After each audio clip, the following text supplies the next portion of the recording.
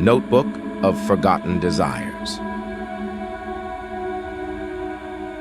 Vladimir Sokolov was a man who always dreamed of an ideal life. In the evenings, he often thought about how wonderful it would be if all his wishes came true. One day, while sorting through old things in his parents' house, he came across a dusty notebook, lost among forgotten boxes in the attic. The notebook was old. The leather cover was already cracked, and the pages were yellowed. On the first page was the inscription, "Notebook of Forgotten Desires." Vladimir grinned. It seemed to him that this was just some kind of childish fantasy object. He decided to take the notebook with him and see what was in it. When Vladimir came home, he carefully examined the notebook. There were no notes inside, only blank pages. He decided to write his first wish. "I want to have a good day." He remembered that this was exactly what he had been lacking lately. The next day, he noticed that everything really went like clockwork. Work was easier than usual, and he even won a small amount in the lottery. Hope began to play in Vladimir's soul. Inspired by his success, Vladimir began writing more and more wishes in his notebook. He started with small requests. "I want the store where I buy groceries to have discounts." And strangely enough, his wish came true. The store really did have discounts that he had not expected. Soon he began writing increasingly ambitious wishes. He wanted a better job, more success, and even began asking for more friends. Everything came true, and his life actually improved.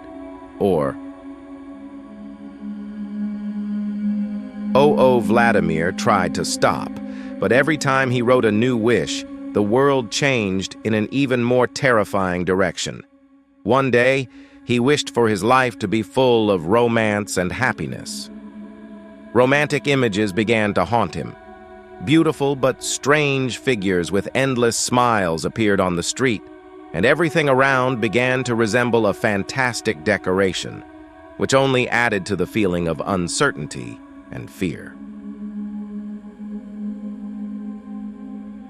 One day, after a particularly strange wish that all his wishes would come true without exception, Vladimir woke up to find that his own apartment had turned into a creepy and strange world, reminiscent of a cross between a laboratory and a medieval castle.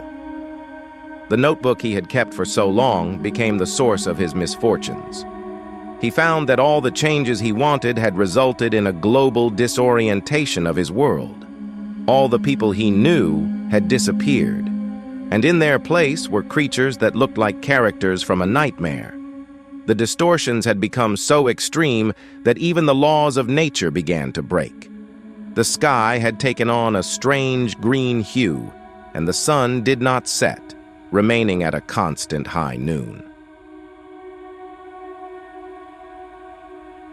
In desperation, Vladimir tried to get rid of the notebook, throwing it in different places, but each time the notebook somehow returned to him.